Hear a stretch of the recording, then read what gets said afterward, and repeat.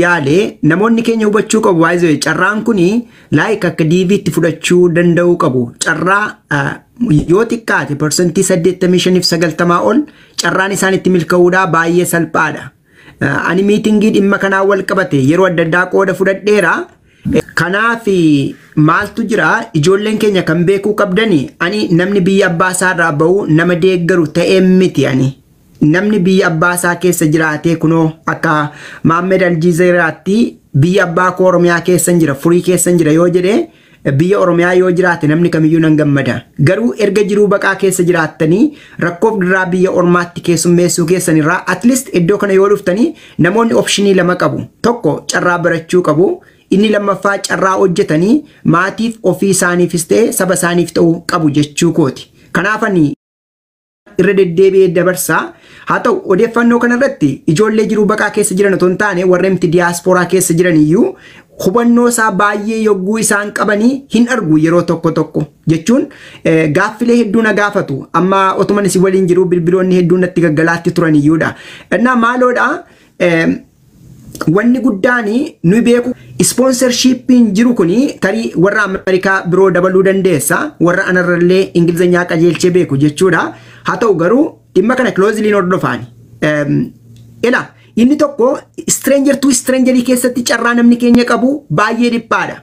Because addunyaarra baqataa miiliyoona hedduutu jira waan ta'eef sana keessatti carraan jiru baay'ee dhiphaadha. Inni kun garuu inni amma gadhiifamee namni applicationii gashaa jiru namni jalqaba dhufe akkas jedhu warri Ameerikaa biyya kanatti namni dursa dhufe dursa keessummeeffama kan jedhutu jira. Which means yoo ati first come first served kan jennu jechuudha. Kanaaf namoonni keenya dursanii applicationii kana guutuun dhiibbaa inni uumu guddaadha jechuu barbaadu. Sponsorship by naming jechuun akkuma jalqaba kaase fakkeenyaaf Mubee, Siifan, Boonaa, Abaa'oo, Forteriin kanuma jedhee yaada Isihaaq yoo fudhanne namoonni kun shanan waliin taatanii carraa maaliitu jira jechuudha nama fiddani beektu jechuun namni sun maqaasaa haala inni itti biyya keessaa ba'ee sababa inni biyya keessatti deebi'uu hin dandeenye biyya abbaasaa irratti isa kana hunda namni sun UNHCR irratti galmaa'ee waraqaa qaba jechuudha. Namoota fulbaana 30 fuuldura galmaa'an ta'uu qabu. Isaan kana yoo ta'anii maal ta'uu qaba jechuudha carraa jarreen kun nama fidan beeku jechuudha. Ani fakkeenyaaf yoon Isihaaq Zeenuudhaan fidate eewun akkam fidu beeka beezikaadhe. Isihaaq Zeenuunis eewu bira akka deemu beeka jechuudha. Tarii Maarqos Taasisaa argaan jira garagadii kanarratti I think Washington DC jiraatus dhimmi kun state Amerikaa 50 jiran guutummaa keessatti waan ta'eef tarii ijoollee magara Amerikaa jiran yoo gagalchitan gaarii ta'an natti fakkaata. Maaliifi hubannoo qabu akkuma isaaf galetti akkuma isaaf ifetti namni yoo ibsa gaariidha. Maybe ani gaafan dubbadhu xiqqoo ishee saffisan qaba natti fakkaata nan jarjara natti fakkaata. Tarii namni akkuma isaaf galetti ibsa karaa koo qofa immoo dhimmichi sirriitti ifasa jedhus amantaa hin qabu. Haa ta'u isa kana jedha jechuu barbaadeen. Kanaaf maal gochuu qabdu warri jiruu baqaa keessa jirtani kan isin gootan waan salphaadha. Waan salphaadha kan isin gootan. Galmooftanii waraqaa qabdu taanaan keezii ittiin UNHCR itti galmooftan sana nama as jiru beeksisuu qabdu jechuudha. Nama biyya Ameerikaa keessa jiru. Isteeta kam keessa iyyuu jira. Namoonni Ameerikaa keessa jiran garuu akkamitti galmaa'u yoo jenne isteeta biroorraa isteeta biraatti miti. Fakkeenyaaf waan baay'een keessan beektanii fakkaase naaf kolchi. Anis akkuma keessan social media kanarratti hin beeka malee baay'een beeku. Maarqos fakkeenyaaf Washington DC akka inni jiru beeka. Ani Minisootaan jira. Namni biroon immoo Washington Seattle jira yookiis Atlanta Georgia jechuudha. Kamnee woo jiranii isteeta garagaraarraa hin danda'amu. Sirreeffama iddoo kanatti. Namoonni sun isteeta tokko matumayyuu naannoo magaala tokko ta'uu danda'uu qabu. Isteeta garagaraarraa walitti dhufuun hin danda'amu. Group 5 kana keessatti jechuudha. Isteeta tokko keessa ta'uu qabu. Tole hanga kana yoon jedhe namoonni biyya bakkee kun maal gochuu qabu? Keessumaa namoonni biyya bakkees gaaffii kana hedduu na gaafatu. I know namoonni sadarkaa masgiidaattis ta'e sadarkaa cherchiitti na gaggaafatanii hanga ta'e hubannoo argachaa jiran jiru. Isa kana sadarkaa masgiidaatti cherchiitti waldaa hawaasaatti gochuu hin danda'ama. Masgiidatu godha, cherchiitu godha yookiis waldaa hawaasaatu godha jechuu osoo hin taane isaan namoota walitti fiduu danda'u jechuu kooti. Namoota kana group godhanii fiduu danda'u. Isa kana kan hin jedhu.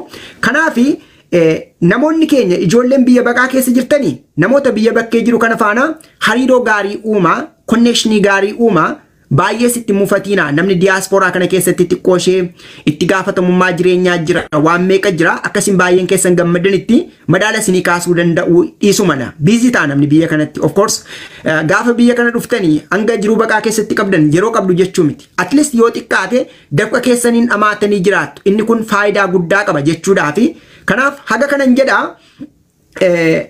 formii guutan kana nama 5 ta'uu qaba gaa diasporaatti nima tarii warri Ameerikaa jiru ta'uu danda'a namoota dhuunfaadhaan na gaafatan tarii waan inni isaaniif deebisuu fakkaachuu dhiise akka itti fakkaatu hin barbaadu maaliif namoota hedduu natti bilbilaa namoota hedduutu natti barreessa tarii akka isaanitti waan biroon fakkaanneef tokko namoonni 5 kun permanent resident namoota green card qabanii ta'uullee danda'u namoota citizen yookiis lammii biyya kanaa ta'anillee ta'uu malu isaan kun walitti dhufuu jechuudha walitti dhufu qoisa kan Amerikaan fixa dhiifama gaaffilee hedduu argaan jira kan Amerikaa fixa dura namoonni 5 kuni biyya Amerikaa keessatti namoota citizenii yookiis immoo permanent resident ta'uu danda'u tokko inni kan biroo jarreen kuni background checking jira background checking jechuun namoonni kuni yakkarraa waan tokkorraa bilisa ta'uu isaanii ni ilaalama jechuudha tarii namoonni kun gaafa walitti dhufan sana eeggannoo gochuu qabu inni kan biroo namoonni walitti dhufan kuni yoo xiqqaate gruuppii nama 5 keessaa yoo xiqqaate namni tokko afaan nama danda'u yoo ta'e gaariidha yookiis immoo namni afaan isaan gargaaru yoo jiraate gaariidha maaliif formii guutamutu jira emailii back and forth walitti deddeebiitu jira poostaan ergamu jiraachuu danda'a onlaayinii seenamee keezii boonaan ilaala yoon ta'e kan boonaa kana ilaaluudhaaf maaltu jedhame kan jedhu kana ilaaluudhaaf maaltu na barbaachisa jechuu kooti afaan Ingiliffaa san hubachuun irra jiraataa jechuudha. Kanaaf gruuppii isaanii keessaa yoo xiqqaate namni Ingiliffa hubachuu danda'u yoo jiraate gaariidha jedhee yaada. Isa kana keessatti fakkeenyaaf karaa masgiidaa yoo ijaarame namni yookiis karaa churchii yoo ijaarame miseensa isaanii beeku waan ta'eef fakkeenyaaf namootuma osoo hin baratiin garuu citizenshipis qabaatanii yookiis immoo permanent resident ta'anii nama Ingiliffaa danda'u tokko yoo keessa makanii namni sun paperwork sana hojjeta jechuudha bal'inaan. Isa kanadha. Inni kan biroo qarshiin barbaachisu naannoo doolaara 2455 ti. Isa kanarratti nama tokkoof jechuu kooti. Yoo nama 2 goote 3 goote haguma kanaan baay'achaa deemaa jechuudha. Achirratti waan tokko hubachiisuun barbaada. Ijoolleen keenya keessumaa jiruu baqaa keessa jirtanii qarshiin qaama kamiif kaffalamu iyyuu hin jiru waan ta'eef qarshii keessan dogongortanii saantiba tokko iyyuu namatti akka hin kennine. Mudannoo dhuunfaa koon isinitti hima. Ijoollee baay'ee natti barreessanii ani qarshii hanga kana qabaa biyya Arabaa keessan jira iddoo akkasiin jira qarshii si erguu nan danda'a doolaara hanga kana maaloo maal gochuu dandeessaa jedhuun. Kanaaf isa kanarratti ijoolleen keenya iskaam akka hin taaneef of eeggannoo guddoo gochuu danda'u qabdu. Namni isin bira dhuftanis waa'ee keessaniif qarshii kaffalu hin qabu. Baankii akkaawuntiitu banama. Baankii akkaawuntiin kunarra maqaan namoota 5 jiraachuu danda'u qaba. Personal akkaawuntii kan koodhattu otoo hin taane namoonni 5 dura mubee siifan boona abaa'oof isiyaaq jennee fudhanne kun yookiis ililli yaayyaa jennee fudhannu kun yoo fudhanne fakkeenyaaf baankii kanarratti maqaa 5 isaaniitu galmaa'uu qaba jechuu kooti. Plus baay'ina namootaan. Kanaaf qaama kamiifiyyuu qarshiin isin galchitan hin jiru qarshii sanarratti itti gaafatamummaa kan qabdani group 5 kana malee mootummaas miti institutionii adda biraas miti. Kanaaf ijoolleen keenya qarshii waan if ergitan hin qabdan. Qarshiin kun gaafa isin biyya kana dhuftanii manattiin kireeffachuuf yookiis immoo waan ittiin nyaattan grocery garagaraa bitachuudhaaf tajaajila transportationii tokko kana kanaaf akka fayyadamtan malee kanaaf qarshii kana qaama kamiifiyyuu waan kennitan waan hin jiraanneef namni isin fiduu barbaade sherfee tokko yookiis saantiba tokko isin kaffaltan hin jiru. Kanaaf lakki kanaaf kanan barbaada yoo jedhe namni suni waa malee sareen hin duttu mana duuba waa jira isa jedha waan ta'eef qarshii keessan dogongortanii saantiba tokkoyyuu akka isin baasan hin barbaadu. Isa kana hubachiisuun baada. Ana dabalatee namoota birootti jechuudha. Ani yogguun dhaamsa kana namoota hedduuf dabarsu namoota 10,000 hedduun naquun namaa jira dhimma kanarratti. Namoota hundumaaf sponsora ta'uu hin danda'u waan ta'eef gaaffii sponsoraa nan gaafatiin asiniin jechuun barbaada of koltii duukaa. Kan biroo immoo meeseejii naa barreessitanis kunoo carraan qabu yoon dhiibee dhufe ijoolleen keenya yeroo ammaa kana tiiktookii kanarra kan isin baay'ee jirtanii sooshaal miidiyaarra ni baay'een jiru waan ta'eef yoon dhufe iddoo ijoollee keenyaa kamiyyuu mubee dabalatee yoon dhufe nagashanii yaada kana isiniif ibsuu nan danda'a yeroo biraas. Yoon carraa qaba yoon yeroo argadhe jechuu kooti. Ijoolleen keenya garuu baay'een isaan dinqisiifadha. Mubee dabalatee dhimma kana hin dabarsa yoon jedhe hatattamaan kan isaan iddoo naaf kennanii guddaa galatoomaa ulfaadhaan jedha. Kaayyoon konni guddaan ilma Oromoo intala Oromoo tokkoof yoo darbe alkallattiidhaan ilma itichaa yookiis intala itichaaf yookiis immoo saba Oromoof darbe jedhee yaada. Inni kan biroo gaaffii isin gaafattanii Saudi Arabiyaa kan jedhu argaa jira. Saudi Arabiyaa irraa yoo UNHCR-dhaan waraqaa qabaattan malee gara biyya kanaatti yookiis immoo waraqaa kanatti appilikeeshinii gashuu hin dandeessan. Namoota UNHCR-tti galmeeffamanii jiran isayyuu fulbaana 30 afoo yookiis fuuldura jechuu kooti. Which means hagayya adoolessa isa ta'uu danda'a. Inni kan biroo Oromiyaa irraa yookiis immoo Itoophiyaa irraa hin danda'amaa kan jedhu namoonni tokko lama kaastu. Lakki hin danda'amu. Ati dursa baqataa ta'uu danda'uu qabda. Gaafan kanan isiniin jedhu immoo haalan taane keessatti dhaqxanii jiruu baqaatiif saaxilamaatii rakkoof darbaa jechaa hin jiru. Annama kamiyyuu biyya abbeesaa irraa ba'ee akka inni rakkoof gidiraa keessummeessuudhaaf deemuu hin barbaadu. Garuu ijoolleen keenya already baatanii jirtanii umurii dargaggummaa keessanii iddoo sanatti fixuurraa osoo as dhuftanii umuriin baay'ee keessanii baay'ee yaangii waan taataniif kolleejjii deemtanii barattanii biyya keessan ogummaa barattaniinis ta'e gama dinagdeen tumsuu dandeessu kan jedhuun yaada. Ammaaf isuma kanan jedha waan anan ga hubannoo koo xiqqoo ishee hubachiisuu yaale natti fakkaata. Gaaffilee hedduun jiraachuu danda'u ta'a. Ammaaf kanuman jedha guddaa ulfaadhaa. Mubee guddaa galatoomi sa'aatiin. Of course guddaa galatoomi hubannoo kana dhufteenuuf kennuu keetii fi al tokko information nuti argannu waliif haallaa ta'e garatti gurruuf haadhamne baay'ee kan rakkachaa jirru keessatti atattamaa waan kana nu qooduu keetiif guddaa galatoomi siin jenna. Mee ulaagaalee barbaachisu hunda isaa nutti himtee jirta. Waraqaadhuma hunda amma fakkeenya nama baqattummaa mirkanaa'eefiif ta'uu danda'a yookaan immoo nama waraqaa qabu ammallee interviin goonee jiraachuu danda'a.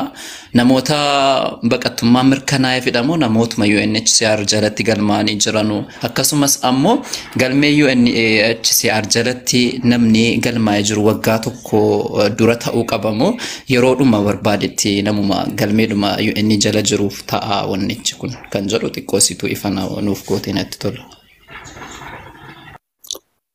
Galatoomi, thank you. Weellisaa keenya. Gaaffiin kee gaaffii baay'ee murteessaadha. Gaaffileen kunillee ka'aniiru baay'ee yogguu miitingii yeroo adda addaa gaggeeffamu. Baay'een keessa miitingii kana iddoo jirtan jiraattanii online register gootanii atteendi gochuu dandeessu. Yeroo baay'ee guyyaa garagaraa qabu yoo welcome corpus kan jedhu irra dhaqxanii baay'een keessan achirraadhaa waan jiru hordofuu dandeessu jechuu barbaadeen. Liinkii isaa mubeedhaaf ergeera yeroo adda addaa. Mubeenis dhimma kana ijoolleen keenya akka dhagaan baay'ee barbaada guddaa galatoomi mubee. Tole Isiyaaq kanatti jetteedhaa fi tokko namoonni yeroo kamiyyuu dhufanii ni danda'u inni jedhu lakki hin danda'ani. Namoota baatii fulbaana fuulduraa UNHCR itti galmaanidha kan inni ta'u. Gaafansi jedhu tarii asirraa proof gochuuf jechuudha. Egaa hojiin koo afaan hiikuudha waan ta'eef hiikuu isaa irratti baay'ee waan rakkadhe natti hin fakkaatu. Isumaan biddeena nyaanna garuu achi galagasheen isin agarsiisa fakkeenyaaf waan jarri eligibility kan jedhu jechuun maal barbaadaasa jedhuuf jechuu kooti. Atiin kin argamaadha? Hin argamu. Tole. Kunooti. Ila amma waan kana ilaalla. Sponsor a refugee jedha jechuun nama beektu sponsora goota jechuudha. Nama beektu sponsora gochuu jechuun sponsorship by naming kan jennudha by default jechuun nama beektu goota. Kana jechuun groupiin nama shanii kuni nama beekan godhuu jechuudha. Kanaafi yeroo ammaa kana carraa wanta kana galmeessu deebii argateera. Yeroo dheeraadhaaf open miti kan jedhu ture amma garuu galmeessuu dandeessu jechuudha. Here akkani jedhu. The Welcome Corpus has launched a beta application to sponsor someone jedha jechuun dhaabbanni Welcome Corpus jedhamu kuni namoonni application isaanii nama beekaniif akka galchaniif carraa uumeeraa jedha. Jechuun namoonni iddoo kana dhufanii maal godhu? Create account godhu. Account isaanii gaafa create godhanii yoo xiqqaate groupii isaanii keessaa nam tokko trainingii fudhachuu qaba. Waan barsiifamutu jira. Barsiisa sana fudhata. Barsiisni sun haga sa'aatii 4 fudhata. Yoo sa'aatii 4 baradhu jedhan immoo guyyaa Wednesday jechuun Wednesday jechuun kun roobii jechuu kooti. Dhiifama al tokko diaspora gaafa ta'an afaan Oromoos daddagachaa irra waan ta'eef nuuf golchaa. So guyyaa roobii leenjii fudhatu jechuudha. Gaaffii kee daganne gaaffiin kee garuu asirratti jira waan ta'eefan kaasina of golchisiyaa yeroo baay'ee fudhachuu barbaade miti. Ela ulaagaan kun jira fakkeenyaaf eligibility jechuun namoonni wanna kanaaf guutanii yookiis immoo ulaagaa guutan jechuudha. Eligibility kan jennu eligible fudhatama kan qaban jechuudha. Application requirement waraqaa kana yookiis iyyannoo kana galchuudhaa fi maaltu barbaachisa haal dureen kan jennu yookiis precondition kan jennu about the program sagantaan kun yookiis karoorri kun maaloodha isa jedhu qabataa jechuudha iddoo kana keessatti. Tole yoo kana jennee waan ammatti jette kana keessaa waan tokko lama fudhachuu dandeenya waan ati amma kaaste fakkeenyaaf itti siin deemana of kolchi. Ila guyyaan ati jette kallattiidhaan iddoo kana jetti kunoo. Ila on or before September jedha iddoo kana agartaa laata Isiyaaq. Argaan dhiifama wajjin ofumaa keetii dubbisiiti nuti asirratti yookaan barsiistu ta'e jedhe intina gochuu danda'a waan ta'eef ofumaa keetii dubbisiiti rakkoon qabuudha dandeenya. Si'a tokko I think seeing is believing kan jedhu namoonni keenya jedhu ani attentionii nama kamiyyuu hin barbaadu kaayyoo fulbaana 2023 waggaa otoo hin taane baatii muraasa fuuldura jechuu kooti fulbaana jechuun amma muddee keessa jira miti. Fulbaana onkololeessa sadaasa muddee which means namoota ji'a sadii fuuldura galmaan jechuu kooti. Guyyaa 30 fuuldura galmaanidha. Tarii inni kun clearly iddoo sanatti galmaanidha.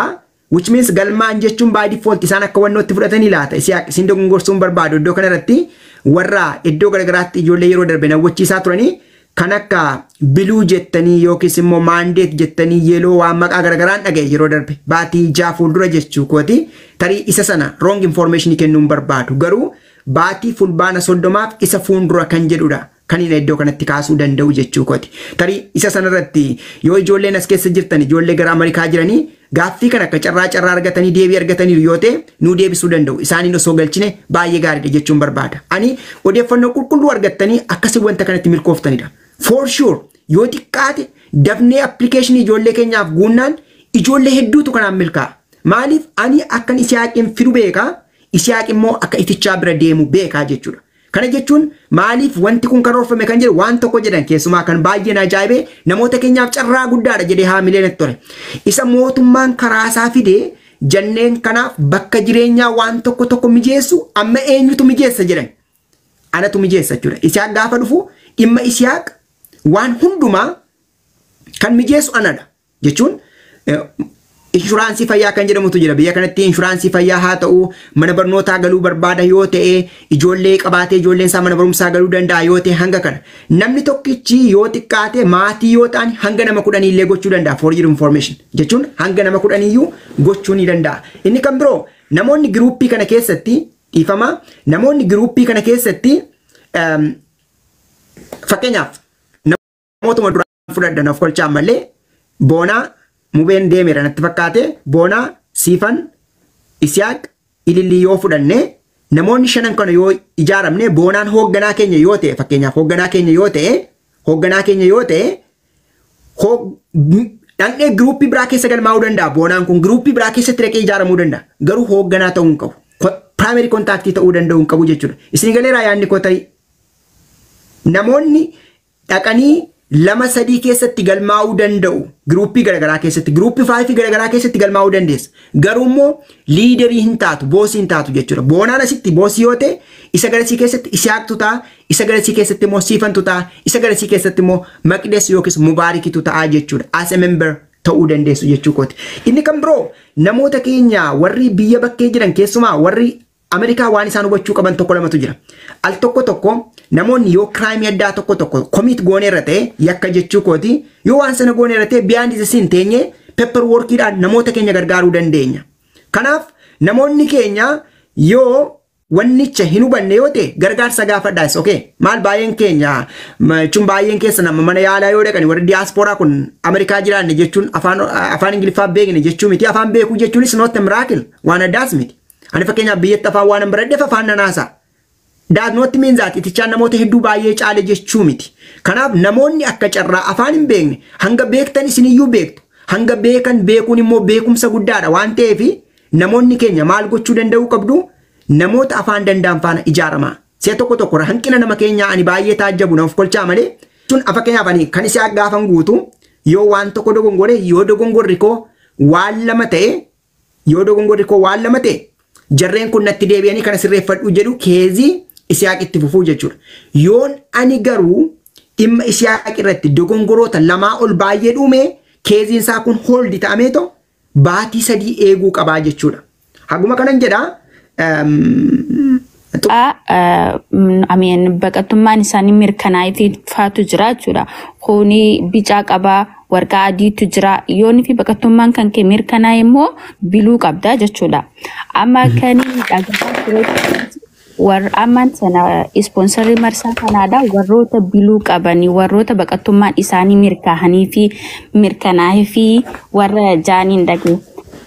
Kanammoo gaatileen warroota baatii sadii dura wahin baay'ee akka dura baatii sadii dura jette yoon hin dogoggoruu baadhe yoon keessa warra galmaa'ee jiru. Yaa isaan jette yaa atis waan bakka kana waan addasii beennatti fakkaattu kanaas maan bira kutaa. Gaafiin kiyya kaniif lammaffaa immoo namni kun gaafa nama shaniin ijaarame nama tokko fiduu danda'a moo namni hundi mataa isatti nama fiduu danda'a? Namni hundinuu mataa isaatti fiduu danda'a. Fakkeenyaaf wanni guddaan iddoo sanatti ilaalamu wanni guddaan jechuu kooti wanni guddaan iddoo sanatti ilaalamu hanga namoota fidduu sana qarshii sana ol kaa'uudha akkaawuntii keessa jechuu kooti wanni sun keessa ta'uu mala malee fakkeenyaaf dura kaaseera fakkeenyaaf namoonni appilikeeshinii mubeedhaa warri qabdan mubeen liinkii isaa isin erguu danda'a yookiis immoo viidiyoo tokko maxxansee liinkii maxxanseera namoota hedduutu gaafata sabateef liinkiin kun gaafa sirratti rukkuttan isiniin banuu maal gochuu danda'u qabdu jechuudha liinkii sana koppii gootanii banattu dhiifama gara keettan deebi'e lilli so namoonni kun dhuunfaadhaan fiduu danda'u and also another option maal qabda beektaa fakkeenyaaf lilliin giruuppii kana faana ijaaramteetta giruuppii shanan amma jiru kana keessatti liidii yoo taate giruuppii adda biraa keessa dhaqxee immoo memberii ta'uu dandeessa which means yooma wanti kun iyyuu amma fakkeenyaaf ati giruuppii kana keessatti nama 2-3 hin godhu yoo jettee yaadde akka fakkeenyaatti jechuu kooti. Dhaqxee giruuppii biraa keessatti individuaalii namoota maatiidhaan gochuu dandeessaa jechuu kooti. Garuu qarshiin hangi sana jiraachuu danda'uu qaba. Keessumaa giruuppiin shanan kun ergati Ameerikaa irraa taate fakkeenyaaf garee garagaraatu jirama. Job descriptionii qabu jarreen kun. Jechuun gahee hojii qabu. Inni kaani nama churchiitti yookiis masgiidatti geessu ta'uu mala. Inni kaan nama communitytti geessu. Tanii maatii dhufan kana keessaa Isiyaaq yoo ijoollee qabaatee ijoollee isaa faana kan dhufu yoo ta'e ijoollee isaa mana barumsaa galmeessu waan tokko. Akkasuma immoo inshuraansii barbaadu yoo ta'e inshuraansii sana geessuudha. Jarree qarshiin ati kennitu kun baatii 3 qofadha kan isaan tajaajilu. Baatii 3 booda yoo gargaarsa mootummaatiin fakkeenyaaf namni dhufu kuni nama qaama hir'uu ta'uu danda'a. Nama hojjechuu hin dandeenye ta'uu danda'a akka fakkeenyaa. So maal goota jechuudha. Akkaataa isaanitti tajaajila gargaarsa mootummaa argatan sana maal goota jechuudha. Irrool goota. Dhaqxee bakka keessa workerii isaanii dhaqxeetoo dhimma kana isaaniif secure goota jechuudha within 3 months. Warreen biroo yaangii ta'a kan akka isaa kun immoo baanii akka isaan hojjetaniif carraa hojii dhaabbata ejensii garagaraa quunnamteetu hojii keessa akka galan gootaa jechuudha. The good thing gaarummaan isaa wanti kuni namni biyya kana dhufee asaalemii gaafa gaafate yeroo dheeraa eega waggaa tokko waggaa lamatti fudhachuu danda'a work permit argachuudhaaf iyyuu isa kana keessatti garuu yogguma dhufani green card isaanii social security waan hunda argatu because keezii isaanii kanaaf interview ta'amu waan ta'eedhaaf isa kana akkasii waan jedhe gaaffii ati garuu September 30 fuuldura galmaani kan jedhu word by word dubbisuudhaaf ati akka barbaadettis hubadhu wantichaa akka jedhe jechicha ingiliffumaan an dubbisa. They are already registered on or before September 30, 2023 as a refugee by the UN Refugee Agency, UNHCR, by the government of the country where they live. Jedha.